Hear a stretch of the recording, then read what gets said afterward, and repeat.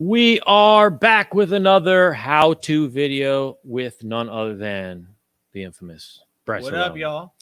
All right, today's how-to video is going to be on some simple knots. Now, there's a million different ways to tie knots. We know.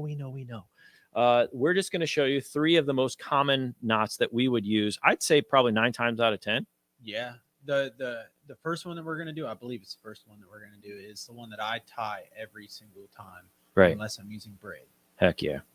Well, let's get into it. I'll just throw this camera angle up here, and what we're going to do is we're going to use this eyelet to kind of simulate an eye on the hook here. So I'm just going to hold this, and then Bryce is going to show you guys and kind of walk you through how he would do it. Now, what is this knot here? So this one's called the Uni knot. Okay. Uni. And this is probably one of the more easier ones to tie. Okay. Now, do your wraps at your own discretion. The amount of wraps kind of has to do with how many or what your line size is. Okay. So like if I'm using lighter line, I'm gonna start with 9 wraps. Like say I'm using like 6 or 4 or 8 pound. Got it. I'm gonna start with 9 wraps. But for the sake of the video, I'm only gonna do like 2 or 3. Okay. So follow along there as you see him start to wrap, and we'll define when he starts to do this. So let's just say, okay, this is your hook, right? So you're going to go, it doesn't matter if you go in through the top or bottom, right? Yeah, it doesn't really matter. So the first thing you want to do is go through your the eyelet of your hook like this. Okay. Right? And then you want to take them both up just like this. Take your hand over top and then I like to grab it like this with my 3 fingers here, and then take your tag end here, the end of your line, take it and create a loop just like this. So what you have here, I'm trying to get a good angle on it. So you started with a double, and then you're just taking that tag in and looping it right around those fingers that you just grabbed. Yeah. So what you have is you have 2 lines up top, and then you have this tag end going around. Got it. So you want to take that tag in and you want to wrap it through that whole loop over top of both of those lines. Okay. And then you want to do that. I generally do it with your average line. I'm going to do it probably 6 or 7 times. And then you'll pull that tag in first? Yeah, you'll pull both of them. Okay. Is what I like to do, is pull both of them. So it will like cinch down like this. Nice. And then you just take it and slide it down to your the eyelet of your hook and pull it tight. Beautiful. And then that knot is never going to come undone unless you snap your line. Heck yeah. Okay, we'll reset here. We'll just show you guys one more time quickly. Won't go through as slowly, just to kind of recap. If you want to rewind this, pause it, whatever. Okay, here we go. So you got your hook. You're going in through it. You're going to go, you got both of your tag in and your line in over with your 3 fingers. You're going around with your tag in over your fingers to create a loop. And then you get to wrap in. It doesn't matter if you go forwards or backwards. Bryce is just going backwards through the loop at whatever your desired wrap count is. Again, the smaller the amount or the smaller the test line, typically you're going to wrap a little more. And then you're just going to pull that tag in tight or both of them tight and then cinch it down to the eyelet. So that's pretty simple knot. Yeah. That's like almost as easy as your basic fisherman's knot. And the polymer, it's super universal, and that's why it's called the Uni. Right. Or Uni knot. Excuse me. Did I say polymer? Yeah, the polymer knot. Hello. That actually brings us into our next knot. There we go. The Palomar knot is the #1 knot I'm going to tie when I'm using braid. Okay. For one, if you're using like fluorocarbon or mono, a lot of times it'll tend to burn your line. I don't know the exact scientifics on it, but I do tend to break off more when I use the Palomar knot on fluorocarbon and mono. Okay. And then when I use it on braid, I have no issues. Sweet. Whatsoever. Every once in a while, it'll slip on you. So you want to show a little longer tag end on it. Show the people how that's done? Yeah. All right. So again, same thing. Eyelet representing the hook. There's 2 ways you can do it. Whatever floats your boat. You can take your line and put it through and then run it back through. So you create a loop here and you have 2 lines coming through. Or you can just create a loop and stick it through, whatever your heart desires. So you want to pull out quite a bit of line so you have enough to work with. Now, all you're going to do is hold the tag end and the end of your main line here in this hand and your loop in this hand. Then you're just going to cross them over, and almost like you're tying your shoes. You're like a good old granny knot. Yeah, you're going to create an overhand knot with both of those lines. Now pull that. Okay, don't cinch it down. Then you're going to take the loop and put it over top of your hook. of your hook. Like So obviously this is just an eye bolt, y'all. Excuse me, but this will be the hook. So let's just say the hook is on the bottom here. You're just looping that loop around your bait. So this is what it looks like. Okay, this is what you'll have at the end of that. And you're going to pull all the way up and then just take your tag end in your main line and just cinch it down one at a time. See, this one's kind of hard. This is how you know it's a good knot. You got to pull them pretty hard. Well, with the super line that we have here, it's not cinching down. Is it? No.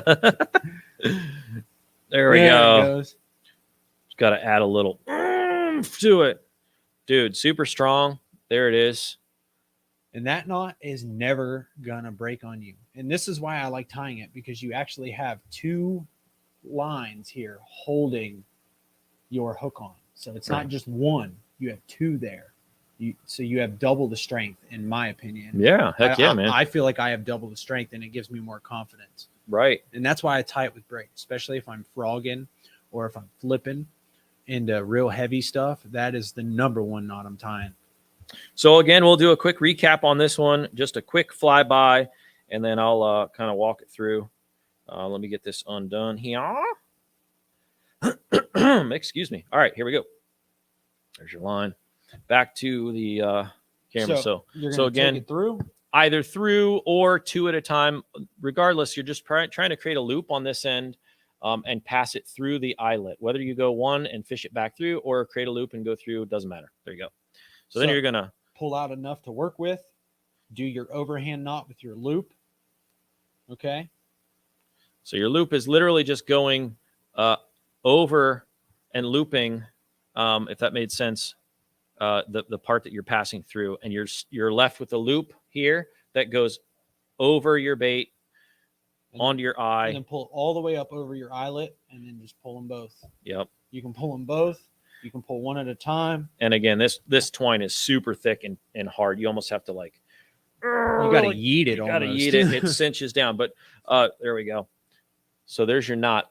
Extra strong. What a great knot.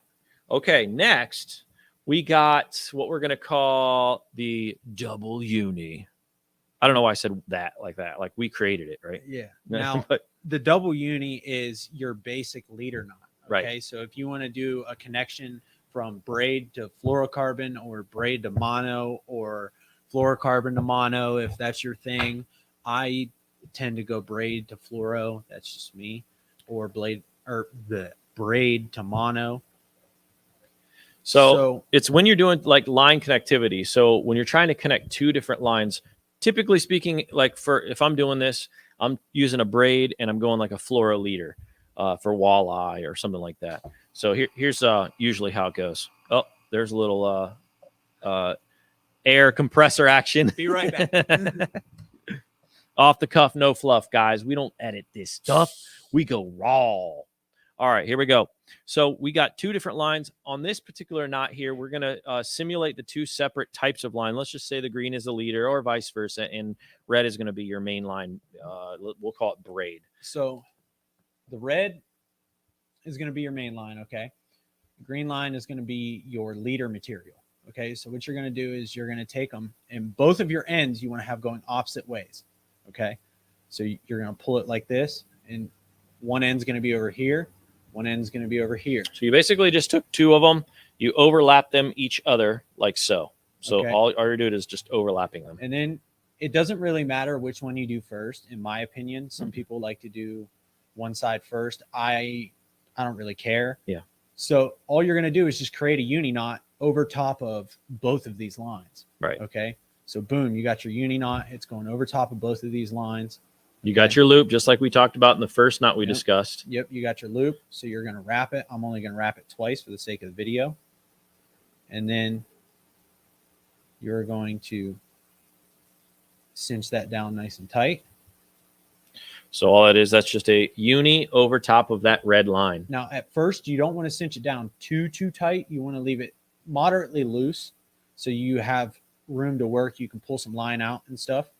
And then you're just going to do the same thing on the other side with the other line. Same exact So notice thing. at first it was the green line that he was wrapping around the red, and now we're doing the red around the green. So and then you cinch that down just a tad bit. And now here's the fun part. there we go. So we can see the knot. There we go. So this is what you end up with. Okay. Hold on, I got to back it up. Now, here. again, for the sake of the conversation, we only wrap this twice, but you can, if you know, depending on the test line that you're using, you'll have multiple. The lighter the lines. line, the more wraps you do. Right. There you That's how I do it. Right. I generally with light line, like I said, I'll start with 8 or 9. Yep. And then so this is what you end up with. And then all you got to do is grab your main line and your leader material and just pull them. And these knots will come together, and now they're essentially pulling against each other. Okay. So you can pull this as hard as you want, That knot's not going to come out. The line is going to break before that knot comes out. That's in my right. opinion. Now you got 2 tags. So on the first 2 knots we discussed, you only had 1 tag. Now you have 2 tags to clip. So you're going to clip 1 from each of the main line and then your leader material, close to the knot, boom, boom. And then you're left with just the knot there. Now here's a pro tip. If you're using braid and you're tying this on braid for a leader knot, leave your braid tag in just a little longer than you would your fluoro, because your fluoro you can almost cut that right there at the knot almost. Right. Now with your braid, sometimes it will slip, so you want to leave it just a tad bit longer. That's a good tip. And it'll still come through your guides just fine. Yep. If you're using micro guides on a bait caster or something, this probably isn't the knot for you. You should probably look into like an FG knot or maybe a San Diego jam knot or something like that. But we're just going over these for now, just to get you guys started. Some basics. Okay, so what I'll do is I'll recollect here. We're going to go 1 more knot. Now this is the knot that I always use, and again we'll go back with this eyelet as being a simulation for the hook, and then I'm just going to use this red line. Let me see. I'll use this side here. So you're just going to go through the eyelet. Obviously, it does not matter which side first. We're going to go top down just so you can see the separation line. Now I have my tag in this hand and the main line in my left hand. And what I like to do is I'll take my finger in the middle of it and I'll bring the tag in back. So I'm just creating like a Z. See that? And I'm just creating a loop here with my finger. And so I'm taking this line here, my tag in, and I'm going around all of them. Now I usually do this about 7 times, because 7's my lucky number. No, it really is same thing. If it's lighter line, I go longer, more, maybe 9. If it's, say, 6 pounds, I would say 10, 12 pound, I usually go about 7. But you wrap around the desired loops, and then you go back through that loop that you just created with the finger. So you're going to pull this tag in tight first, and that will stack your knot, and then you pull the main line next, and you clip your tag. So literally this is all this is a new style knot. They call it the dead man's knot, but it was the same style, unfortunate knot that they used back in the day for justice. But literally this is all it is. So one quick recap here again, in and around. This is a really quick knot. Put your finger on there, loop it around 2 desired loops. We'll do 3 for fun, back through the loop that you just created. So the benefit of this knot really is speed. You can also do it. It's a really easy knot to do if your weight or the weight of your bait is real heavy. You can let it dangle and kind of fish it around just with a circular motion. You want to show them that? Oh, I can, sure. See if we can do it. Actually, I'll go to this angle here. Let's try another angle. Here we go. So it's really cool when you're trying to just hurry up and tie. Every time I see him tie this knot, I'm like, what the heck is he doing? So, if you got your bait like so, let's just say, get all these lines out of the way. I'm literally just going around like this, spinning it around, going through that loop, pulling it, cinching it. He literally ties this knot in less than 10 seconds. Yeah. Less than 10 seconds, and it's tied. So it's quick. It's quick and easy. It's a really tight knot. I've not had any issues with it. Again, I'll do it quickly here. And when I'm doing it vertical, I'll create like little pinchers too. Go over the pinchers, and then, which essentially all I'm doing is creating that loop and then going back through those, grabbing that tag line through the pinchers and then pulling it tight. Makes sense? So you know, I hope that helps. That's just a little how-to there vid on some of the basic knots that we use, say 9 times out of 10. There's a million different ways to do it. There's a million different ways even to tie the knots that we just showed you.